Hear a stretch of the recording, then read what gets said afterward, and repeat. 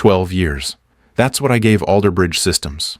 I gave them my weekends, my holidays, and my 10th wedding anniversary, which I spent in a dark conference room eating vending machine almonds while rebuilding the entire logistics flow from scratch. I read the termination letter while he kept talking. Standard language, severance, exit support, HR, follow-up. I already knew every word. I helped write the policy 5 years ago. You understand, he added, like that would soften the knife. I nodded once. Of course. I walked out quietly, didn't slam the door, didn't argue, didn't ask why. Then I went home, opened my laptop, and checked the time lock. 2 months earlier, the ransomware hit on a Thursday. By Monday, our inventory systems were corrupted, supplier payments were stalled, and 4 major clients were threatening lawsuits. Brandon, our CEO, called it a manageable disruption. We were bleeding 6 figures a day. That night, I canceled our dinner reservation. It was our 10-year anniversary. My wife didn't say anything, just set the wrapped box on the table and went upstairs. I slept under my desk at HQ that night, first of many. They didn't ask me to fix everything. They just assumed I would. I was the crisis ops director, the guy they only noticed when things broke. I wasn't flashy, didn't dress like an executive. I didn't play golf with the VPs or post company selfies on LinkedIn. But when systems went dark, when suppliers ghosted, when trucks stalled mid-route with spoiled product, I was the one they texted. No one else knew how the machine fit together, because I'd built it. For the next 8 weeks, I worked 80 to 90 hours a week. No weekends, no holidays, no excuses. I missed my niece's recital, missed Thanksgiving, missed the night my wife's father had a stroke. I kept telling myself I'd make it up to her. Just get through this quarter. Just get Alderbridge standing again. She stopped texting back after the second week. I built a stopgap tool, Argus, to reroute disrupted supply paths and triage client demand in real time. It saved the entire fulfillment chain. Nobody knew it existed. Not IT, not product, just me. Melissa, our shiny new product manager, mentioned her triage framework in a board call, even used screenshots from Argus. She didn't build it, never even saw the code. I didn't say anything. Brandon gave a speech on resilience 3 weeks later. Talked about teamwork, adaptive culture, rising to the moment. He named 6 people. I wasn't one of them. I wasn't surprised. I wasn't even angry, just tired. 2 days after we stabilized, I got the calendar invite. Check in with Brandon and Tanya. Friday, 10 a.m. No subject line, no agenda. I clicked accept, didn't ask questions, didn't follow up. I already knew. Friday at 10 a.m. I wore a clean shirt, not ironed but clean. I hadn't shaved in 3 days. No one commented. I arrived at conference room C 5 minutes early and sat at the far end of the glass table, the one with the cracked power outlet nobody ever fixed. Brandon Kell walked in with a coffee he didn't offer to share and a face trained for shareholder meetings. Tanya Reese followed, younger than me by a decade, hired 6 months ago as strategic ops lead. Her resume had buzzwords in bold and a blog with her name in the domain. HR rep was last. Melissa Choi, polite, pleasant, efficient, like a printer that never jams. Nathan, Brandon said, sitting across from me. Thanks for making time. As if I'd had something better to do. I nodded once. We'll keep this short, Tanya said. She always smiled when delivering news. It wasn't kindness. It was posture. We've appreciated everything you've done through the transition this quarter, Brandon continued, and the board was particularly impressed with the speed at which operations stabilized under pressure. I waited. But moving forward, Tanya picked up. We're reimagining how operations integrates with predictive modeling, and part of that shift involves realigning our leadership structure to support more agile workflows. I said nothing, just looked at her hands, manicured, still moving her ring around her index finger like she was nervous, or guilty, or both. We're eliminating the crisis ops director role, Brandon said bluntly. It's no longer aligned with our future direction. We've decided not to continue your employment. There it was. I glanced at the folder Melissa slid across the table. White. Labeled Transition Documents. I opened it. 2 months severance. Standard NDA. Return of equipment. Optional exit coaching through a third-party firm I'd never heard of. Brandon leaned forward slightly. We hope you understand, Nathan. This isn't personal. I closed the folder and looked him directly in the eye. Of course, I said quietly. I understand completely. The silence after that was longer than it needed to be. Tanya shifted in her seat. Brandon coughed. Melissa offered a practiced nod, like she'd just watched a pet being put down gently. We'd appreciate your help with the transition, Tanya added. A short overlap with the new integration team. Couple weeks, maybe. I'll think about it, I said. No commitment. No tone. We stood. I didn't offer a handshake. Neither did they. I left the room without another word. I cleared out my office in 40 minutes.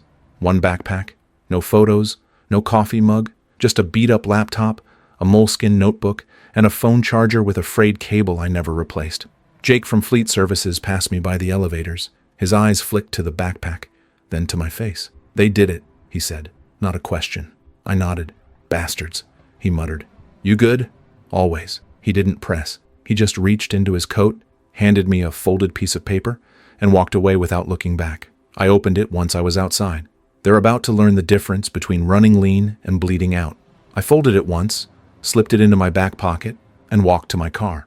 When I got home, my wife was standing at the sink, rinsing a wine glass from the night before. She turned slowly when she heard the door. Her eyes flicked down to the backpack. "So," she said. One word. Not angry, not surprised. I nodded. "They let me go." She didn't speak for a few seconds, just turned off the water and dried her hands with surgical precision. "They waited until it was safe." "They did." She looked at me the way people look at collapsed bridges. Not with rage, with disappointment. "And you saw it coming." I said nothing. I'd said enough. I walked past her, down the hall and into my home office, closed the door. The room was quiet. Bookshelves, 2 monitors, a fireproof cabinet in the corner that looked like a file drawer to anyone else. I sat down at the desk and powered up my personal laptop, entered a 14-digit password, then another, then answered a security prompt that asked, "What were you building?" I typed, "Argus." The interface loaded. It wasn't flashy, just lines of control toggles, contract directories, and one blinking icon labeled, "If they screw me." I clicked it. It opened a locked directory with a time-stamped log. Last updated 9 months ago. Inside were 5 folders, client priority contracts, including SLAs, renewal patterns, and vulnerability assessments. Vendor failover matrix, detailing which suppliers were rigged to default if compliance was breached. Argus root access keys, the unregistered admin layer tied to a private license. Executive comms log, scrubbed copies of Slack exports showing timelines of decisions versus public statements. Contingency contacts, a curated list of clients with 1-sentence notes, loyal to results, not brands. I took a breath, then opened the file marked Trigger Manual. A screen appeared with a 5-second delay prompt. "Are you sure you want to proceed?" I didn't click it. Not yet. Instead, I opened the contingency contacts list and scrolled to the name at the top, Watkins and Drew. $4.2 million per year logistics client. High maintenance. Demanded results. My note next to their name only cares about who delivers. I drafted an email in my private Proton account. Nothing elaborate. Subject, just a courtesy note. "Hi, Laura. Just wanted to let you know I'll no longer be with Alderbridge moving forward. It's been a pleasure supporting you and the Watkins and Drew account.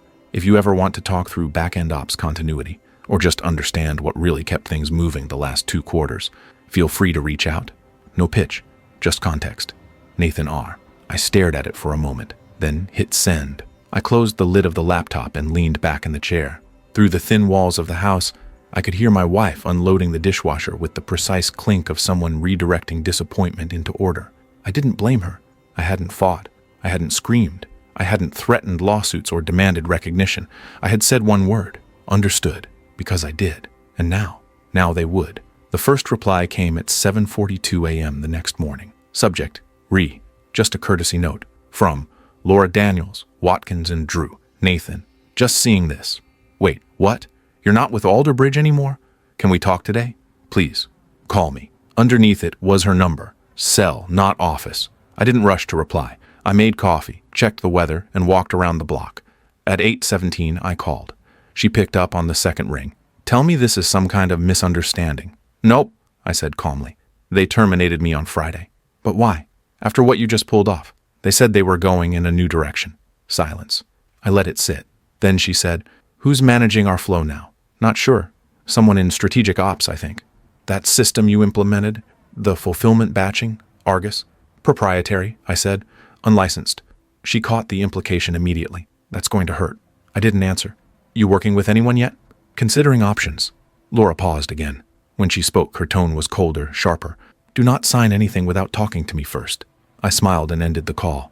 By noon, I had 4 more messages from clients, each referred by someone else.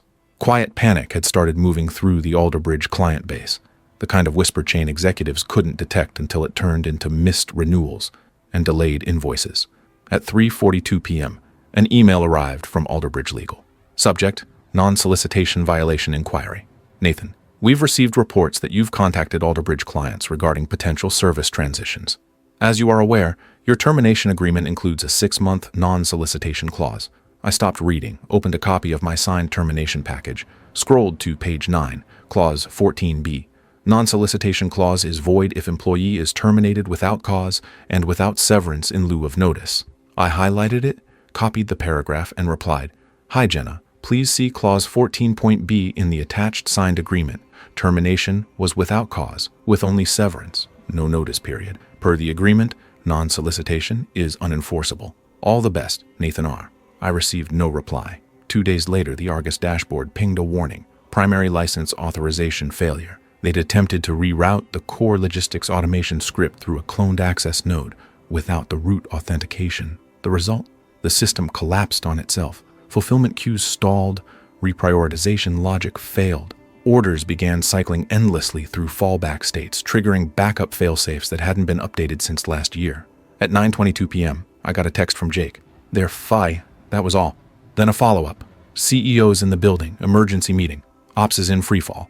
I didn't reply. I opened my laptop, typed in the command, /Argus:/lock manual dash time delay 0 confirm. Yes. The interface returned a single line. Core modules disabled. License lock engaged. Manual override required. I closed the terminal and sipped my coffee. 3 hours later, Brandon texted me directly. "Nathan, we're experiencing some unexpected system issues. Can we talk?" I didn't answer. A second message followed. "Please, we just need clarification on a few things. Your consulting fee, whatever you want." Still no reply. That night, I signed a consulting agreement with Vanguard Systems, Alderbridge's quietest but fastest growing competitor. I'd spoken with their director of operations 3 months earlier at a conference in Chicago. He'd said, "If you ever get tired of doing the impossible for people who don't notice, come see us." Apparently, they'd noticed I was free now. The agreement included full control over back-end system design, build-it-your-way policy, $410,000 annual salary, 3% equity in any IP I developed while on contract, no PR, no office politics. In short, peace. Vanguard didn't want me to clean up someone else's mess. They wanted me to build something no one else could break. At 8 a.m. the next morning, Alderbridge's CEO called again. I let it ring. Then Melissa from HR emailed. Subject: request for temporary consulting engagement. "Hi Nathan, we're reaching out with urgency. Alderbridge's system infrastructure is experiencing ongoing disruptions. We'd like to formally request a temporary consulting arrangement at your earliest convenience. Compensation to be determined at your discretion. Sincerely, Melissa Choi, Director, Human Resources." I stared at the screen for a long moment, then opened a new draft. "Hi Melissa, thank you for reaching out. Unfortunately, I've accepted a position elsewhere and am unable to assist. Wishing you all the best. Regards, Nathan R." I hit send, then archived the entire Alderbridge folder from my inbox. No rage, no vengeance, just business. The first media mention came 3 days after I activated the lock. Alderbridge Logistics faces major fulfillment disruptions following internal system realignment. No one from the company commented. But I could see the fingerprints. The wording was classic PR damage control. Realignment was their favorite word for internal hemorrhaging. Jake messaged me that evening. "Orders are 72 hours behind schedule. Clients are bailing. Someone just rage quit in Fleet." Another message followed seconds later. "Tanya's been in meetings nonstop. Her Slack status just says, 'Please do not disturb.'" I didn't reply. Instead, I opened LinkedIn. Melissa, the product manager who once called my logistics framework inspiring and presented it as her own, had just posted an update. "Excited to be tackling big operational challenges this quarter. Love working with a team that embraces agile evolution." I scrolled past it, but I noticed the comments. 3 of them asked politely, "Are you referring to the recent outage? Would love your perspective on the delays." She didn't respond. At Vanguard, things were simple. The project I was spearheading, codenamed Keystone, was ahead of schedule. My team was small, sharp, and asked the right kind of questions. Nobody called me a rock star.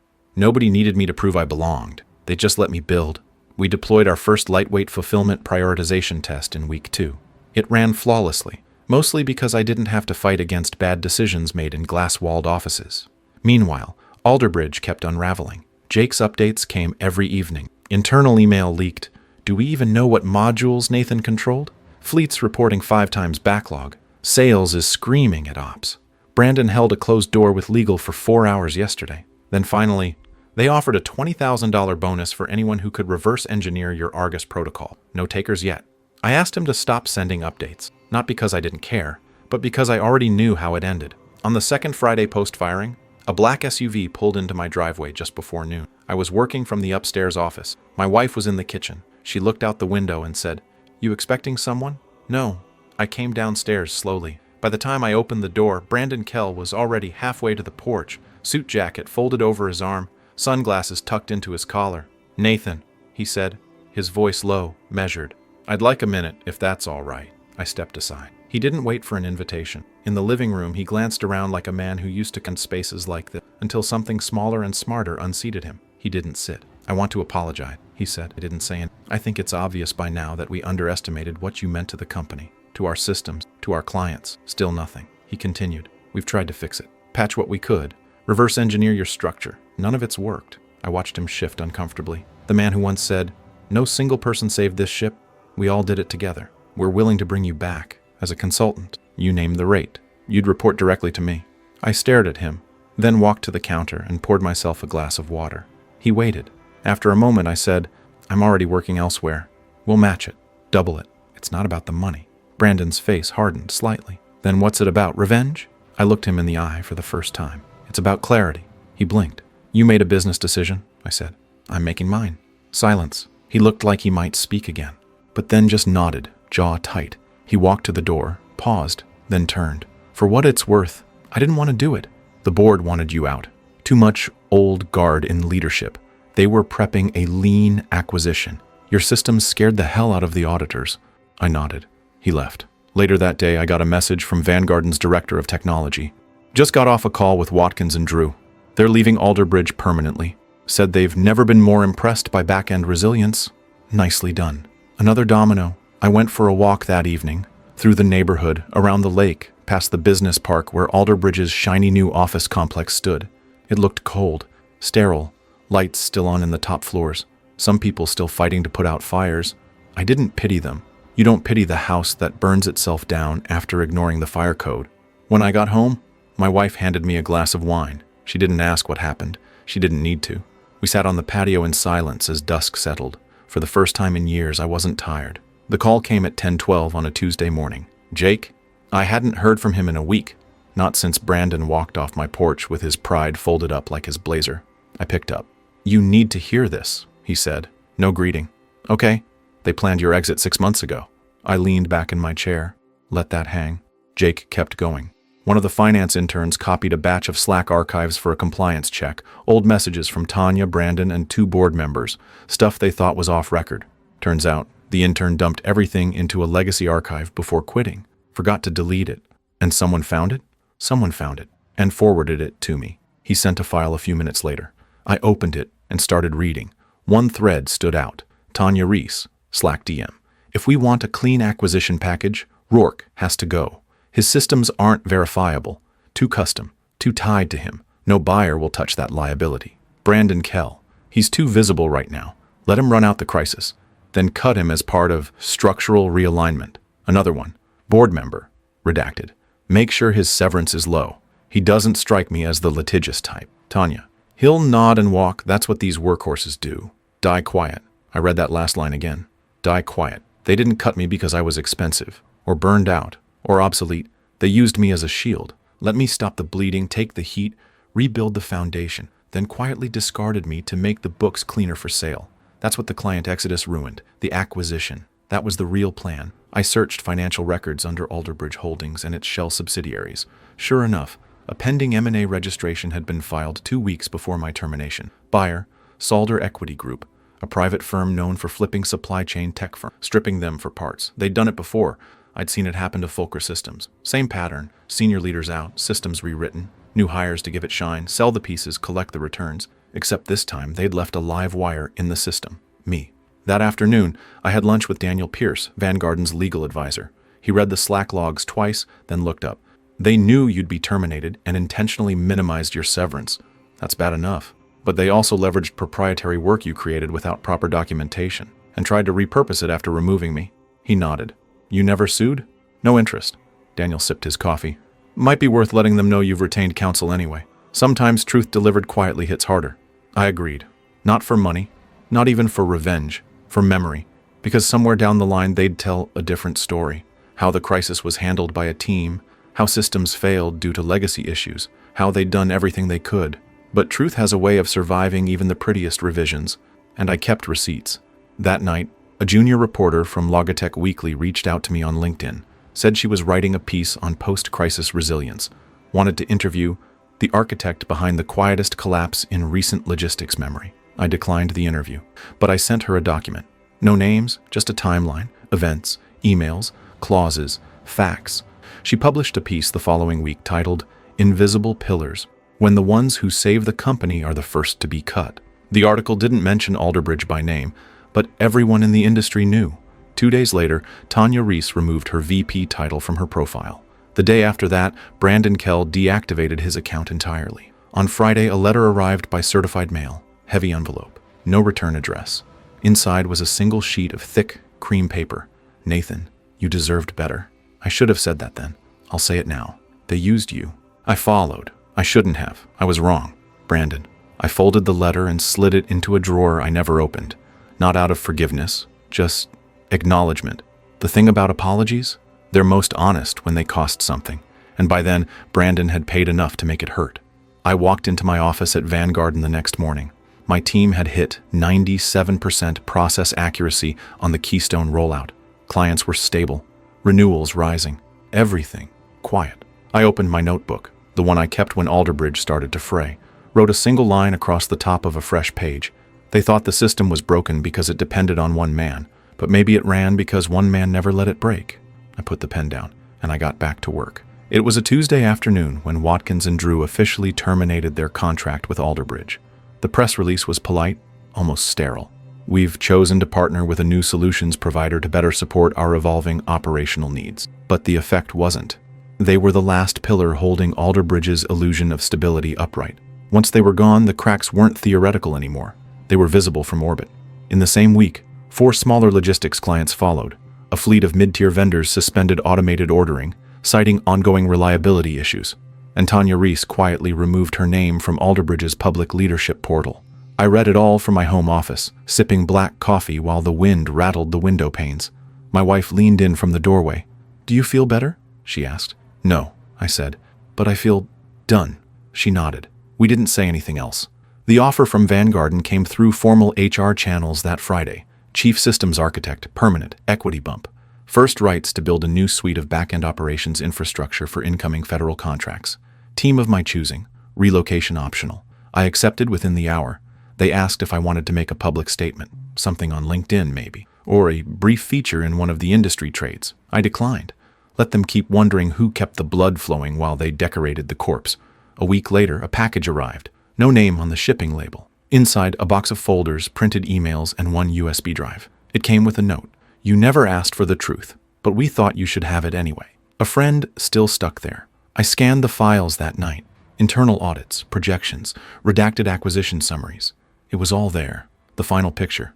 Turns out, Alderbridge had tried to mask the cost of my firing under a post-crisis normalization expense.